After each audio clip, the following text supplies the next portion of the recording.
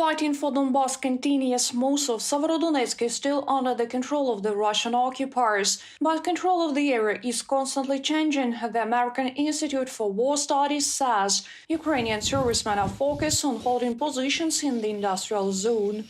Fierce fighting continues in Severodonetsk, right on the streets, which is very difficult. There's also artillery firing. No one is going to leave the city. The enemy prevails in manpower. They are constantly throwing in more and more people. This complicates the situation. Alexander Stryuk, head of the Severodonetsk military and civil administration. The Donetsk region is also under fire by the Russian occupiers. The day before, the enemy shelled 7 settlements. 10 houses were damaged, including an ambulance room. 4 people were killed and 7 more were wounded.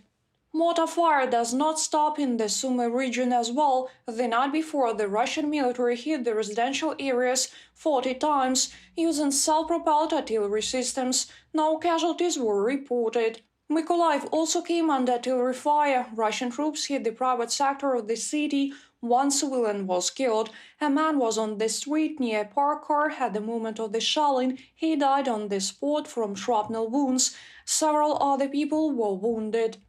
In occupied Mariupol, Russia is preparing for a possible cholera outbreak. There are serious water problems in the city. There is less and less water in the springs.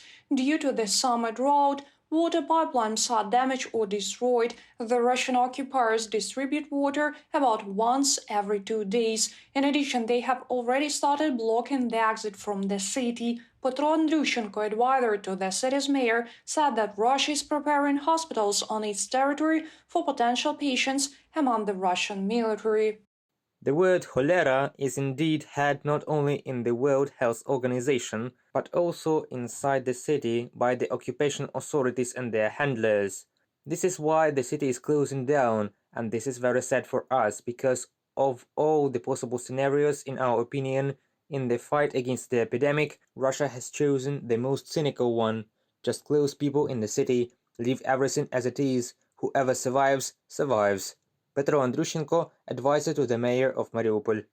And this is Kharkiv. Here, the shelling does not stop either. Russian troops are traditionally hitting residential buildings and destroying the city's infrastructure. The day before, a video appeared on the internet of graduates of a Kharkiv school dancing the waltz on the ruins of the school, which was destroyed by the Russian occupiers.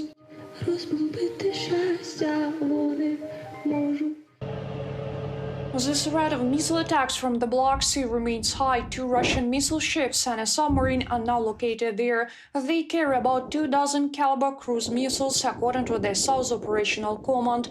Russian troops, fearing the approach of Ukrainian forces from the sea, are mining the coast, and this way the enemy is trying to maintain a land corridor from the Rostov region to occupied Crimea. However, the Ukrainian Navy stated that it had pushed the enemy fleet 100 kilometers away from the Ukrainian coast. The armed forces of Ukraine continue the defense operation, eliminate enemy manpower and destroy equipment.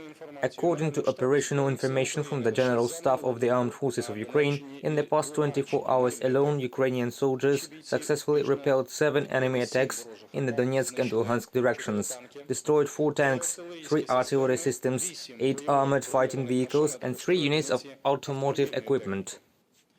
Reported by Ksenia Bugay, Mariana Krechet, UATV News.